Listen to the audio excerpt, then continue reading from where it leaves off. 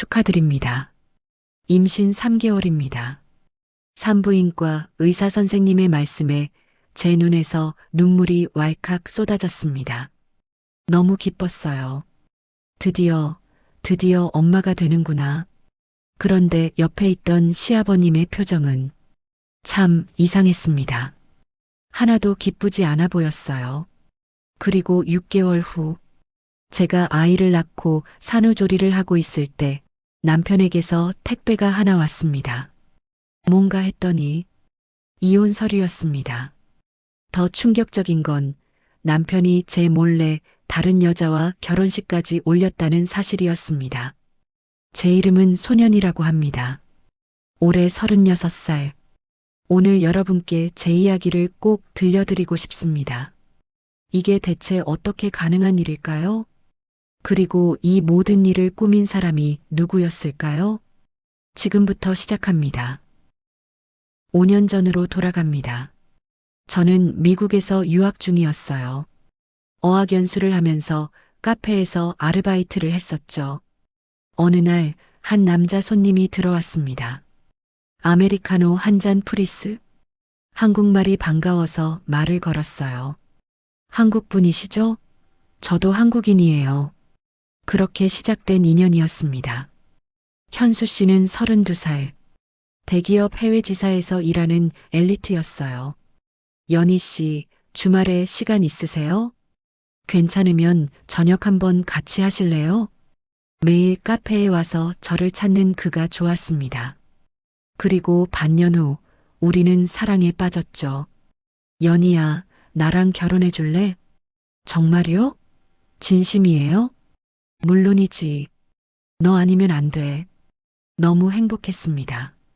27에 만난 첫사랑이 결혼까지 이어지다니. 우리는 미국에서 조촐하게 결혼식을 올렸어요. 연희야, 평생 행복하게 해줄게. 나도 현수 씨를 평생 사랑할게요. 1년 후 우리는 한국으로 돌아왔습니다. 현수야, 아버지, 오랜만이에요. 시아버님을 처음 뵙는 날이었어요. 아버님, 처음 뵙겠습니다. 며느리 연희입니다. 아, 그래요. 들어가시죠. 시아버님의 반응이 이상했습니다. 왠지 저를 반기지 않는 것 같았어요. 남편의 엄마는 일찍 돌아가셨고 시아버님 혼자 사셨대요. 연희야, 우리 아버지랑 같이 살면 안 될까? 그럼 당연히 모셔야지. 저는 흔쾌히 동의했습니다. 효도하는 남편이 보기 좋았거든요. 하지만 시작부터 쉽지 않았습니다. 아버님, 아침 식사 준비됐어요. 시아버님은 대답도 없이 그냥 드시기만 하셨어요. 아버님, 제가 청소할게요. 됐어. 내가 하마. 아버님, 빨래 제가 할게요. 남자 옷인데 무슨. 뭘 해드려도 거절하셨어요. 마치 저를 며느리로 인정하지 않는 것 같았습니다. 그러던 어느 날, 자기야, 미안한데 해외 출장을 가야 할 것 같아. 얼마나 가는데? 한두 달 정도? 그렇게 오래? 남편의 출장이 점점 잦아졌습니다.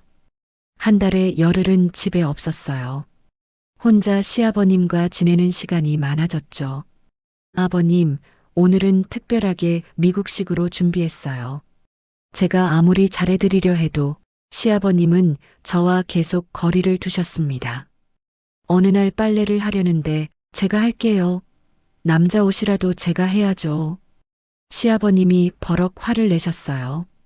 나이 먹으면 남자도 아니냐? 어딜 늙다리 취급하고 그래. 내가 뭘 잘못했지? 정말 이해할 수 없었습니다. 남편에게 전화했습니다. 여보세요? 자기야. 연희야, 잘 있지? 자기야, 아버님이 나를 너무 싫어하시는 것 같아. 아니야, 우리 아버지 원래 그런 거 없는데. 남편은 믿지 않았어요. 그리고 이상한 일들이 계속됐습니다. 회사 사람들과 점심을 먹는데 저분 누구세요? 되게 젊어 보이시는데. 아, 그냥 아는 여자요. 시아버님이 지인들에게 저를 아는 여자라고 소개하시는 걸 봤어요. 왜 며느리라고 말씀 안 하시지? 뭔가 이상했습니다. 그렇게 6개월이 흘렀습니다. 연희 씨 축하드립니다. 임신 3개월이에요. 정말요? 진짜요? 너무 기뻤어요. 드디어 엄마가 되는구나. 그런데 옆에 계시던 시아버님의 얼굴이 굳어 있었습니다. 아버님, 좋은 소식이죠? 그래. 몸조리 잘하거라. 왜 안 기뻐하시는 걸까요? 얼른 남편에게 전화했습니다. 여보세요? 자기야. 연희야? 자기야, 나 병원 갔다 왔는데 임신 3개월이래. 진짜? 응.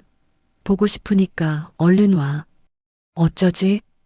근데 여기 일이 아직 마무리가 안 됐네. 조금만 기다려. 남편 목소리도 어딘가 이상했어요. 기쁘지 않은 것 같았습니다. 출산이 가까워졌습니다. 자기야, 언제 와? 곧 출산 예정일인데. 미안, 조금만 더 있어야 할 것 같아. 진짜? 아기 태어날 때는 꼭 옆에 있어야 하는데. 노력해 볼게. 남편은 돌아오지 않았습니다. 시아버님도 점점 더 이상해지셨어요. 아버님, 현수 씨한테 연락 왔었어요? 그만 좀 해라. 현수, 언제까지 현수 찾을 거냐? 왜 이러시는 걸까요? 그리고 드디어 출산했습니다. 예쁜 딸이었어요. 우리 딸 안녕? 하지만 남편은 오지 않았습니다. 출산 당일에도, 그 다음 날에도, 그 다음에도 산후조리원에서 나온 지 일주일 후 택배가 하나 왔습니다. 현수가 보낸 거다. 몸조리나 잘해라. 시아버님이 건네주셨어요. 남편이 뭘 보냈을까? 설레는 마음으로 열었습니다. 그런데 이혼 서류였습니다. 이게 뭐예요? 손이 부들부들 떨렸습니다. 남편에게 전화했어요. 여보세요. 현수 씨? 연희야. 이게 뭐야? 이혼 서류가 뭐야? 미안해. 나도 이렇게까지 하고 싶지 않았어. 무슨 소리야? 우리 아기가 태어났잖아. 이건 우리 아버지가 시킨 일이야. 내가 한 거 아니야. 그리고는 전화를 끊었습니다. 이혼 소송이 시작됐습니다. 변호사 선생님이 서류를 보여주셨어요. 연희 씨, 이거 보세요. 이게 뭔가요? 주민등록 등본이었습니다. 남편 현수 씨의 등본, 거기에는 낯선 여자의 이름이 동거인으로 적혀 있었습니다. 이게 무슨, 연희 씨 남편이 다른 여자와 결혼한 것 같습니다. 머리가 멍해졌습니다. 그럴 리가 없어요. 하지만 조사 결과는 더 충격적이었습니다. 남편은 제가 임신했을 때 일본에서 다른 여자와 결혼식을 올렸습니다. 그 여자는 남편 회사 동료였고 학벌도 좋고 집안도 좋은 여자였대요. 그럼 저는 뭐예요? 저는요? 더 충격적인 건 그 다음이었습니다. 조사를 하면서 모든 진실이 드러났습니다. 처음부터 시아버님은 저를 마음에 들어하지 않으셨대요. 나이도 많고 집안도 평범하다고. 남편이 일본에서 다른 여자를 만났을 때 시아버님은 오히려 좋아하셨답니다. 현수야, 뭘 고민하냐? 그 여자랑 결혼해. 연희는 어떡해요? 그건 내가 알아서 다 할게. 시아버님이 직접 나서서 이혼을 도우신 겁니다. 더 악랄한 건 이중 결혼을 위해 서류까지 조작하셨다는 거예요. 해외에서 결혼하려면 미혼 증명서가 필요한데 시아버님이 그걸 위조하셨대요. 어떻게 이럴 수가. 제가 임신하고 출산하는 동안 남편은 다른 여자와 신혼여행을 다녔습니다. 제가 산후조리를 하는 동안 남편은 다른 여자와 새 집에서 살고 있었습니다. 재판정에서 남편과 시아버님을 마주쳤습니다. 연희야, 미안해. 뭐가 미안해? 남의 인생 망쳐놓고 미안해? 나도 어쩔 수 없었어. 어쩔 수 없다고? 당신 아이가 태어났는데? 시아버님이 끼어드셨어요. 얘야, 너무 흥분하지 말거라. 아버님, 아니, 아저씨는 어떻게 이러실 수가 있으세요? 내가 뭘 어쨌다고? 우리 아들 행복하게 해주려고 한 거야. 제 행복은요? 제 아이는요? 그건 어쩔 수 없잖아. 뻔뻔했습니다. 전혀 미안해하지 않았어요. 재판은 6개월 동안 진행됐습니다. 제 변호사님이 열심히 싸워주셨어요. 그리고 드디어 판결이 나왔습니다. 피고 차연수는 원고 소년이와 이혼한다. 피고는 원고에게 위자료 3억을 지급하라. 3억? 하지만 더 통쾌한 건 그 다음이었습니다. 단, 이 사건에서 피고에 붙인 차정만이 적극적으로 관여가 인정되며 죄질이 상당히 불량하다. 따라서 위자료 3억 중 2억 5천만 원은 차정만이 배상하라. 시아버님이 2억 5천만 원을 내라는 판결이었습니다. 이럴 수가? 시아버님의 얼굴이 새하얘졌어요. 그리고 자녀 양육권은 원고 소년이에게 있다. 피고 차연수는 자녀가 성인이 될 때까지 매월 양육비를 지급하라. 재판장을 나오면서 눈물이 났습니다. 이긴 거예요. 제가 이긴 겁니다. 재판이 끝나고 밖에서 마주쳤습니다. 남편이 다가왔어요. 연희야, 정말 미안해. 됐어. 앞으로 다시는 보고 싶지 않아. 하지만 당신 아이니까 양육비는 꼭 받을 거야. 그렇지만 다시는 우연이라도 안 봤으면 좋겠어. 시아버님도 다가오셨어요. 얘야, 무슨 말씀하실 건데요? 나는 너를 며느리로 인정 못한다.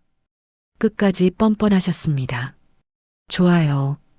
저도 아저씨를 시아버지로 인정 안 해요. 뭐라고? 기가 막혀서 말이 안 나오네. 이게 다 아저씨 때문이에요. 돌아서서 걸어 나왔습니다. 뒤돌아보지 않았어요. 오늘 제 이야기 들어주셔서 감사합니다. 지금 제 딸은 5살이 됐어요. 예쁘고 건강하게 잘 자라고 있습니다. 가끔 물어봐요. 엄마, 아빠는 어디 있어? 아빠는 멀리 계셔. 언젠가는 진실을 말해줘야겠죠. 하지만 지금은 아니에요. 그냥 행복하게 자라줬으면 좋겠습니다. 여러분께 꼭 말씀드리고 싶은 게 있어요. 첫째, 자식을 사랑하는 건 좋지만 잘못된 방법으로 도와주면 안 됩니다. 저희 시아버님은 아들을 사랑하셨어요. 하지만 그 사랑은 잘못된 방법이었습니다.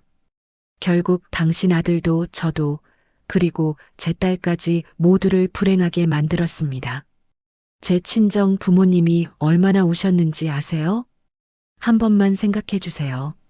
며느리도 누군가의 소중한 딸이라는 걸. 시아버님은 2억 5천만 원을 내셨어요. 돈보다 더 큰 건 주변의 손가락질이었죠. 남편도 마찬가지예요. 딸과 평생 떨어져 살아야 합니다. 그리고 남편은 그 여자와도 헤어졌답니다. 저는 지금 행복해요. 힘들지만 제 딸과 함께 열심히 살고 있습니다. 양육비로 딸 키우면서 제 일도 하고 있어요. 가끔 힘들 때도 있지만 딸의 웃는 얼굴 보면 다 잊어버려요. 여러분도 혹시 억울한 일 당하고 계신가요? 제 이혼이 잘한 선택이라고 생각하시면 좋아요, 구독 꼭 눌러주세요. 오늘도 모두 행복하세요. 감사합니다.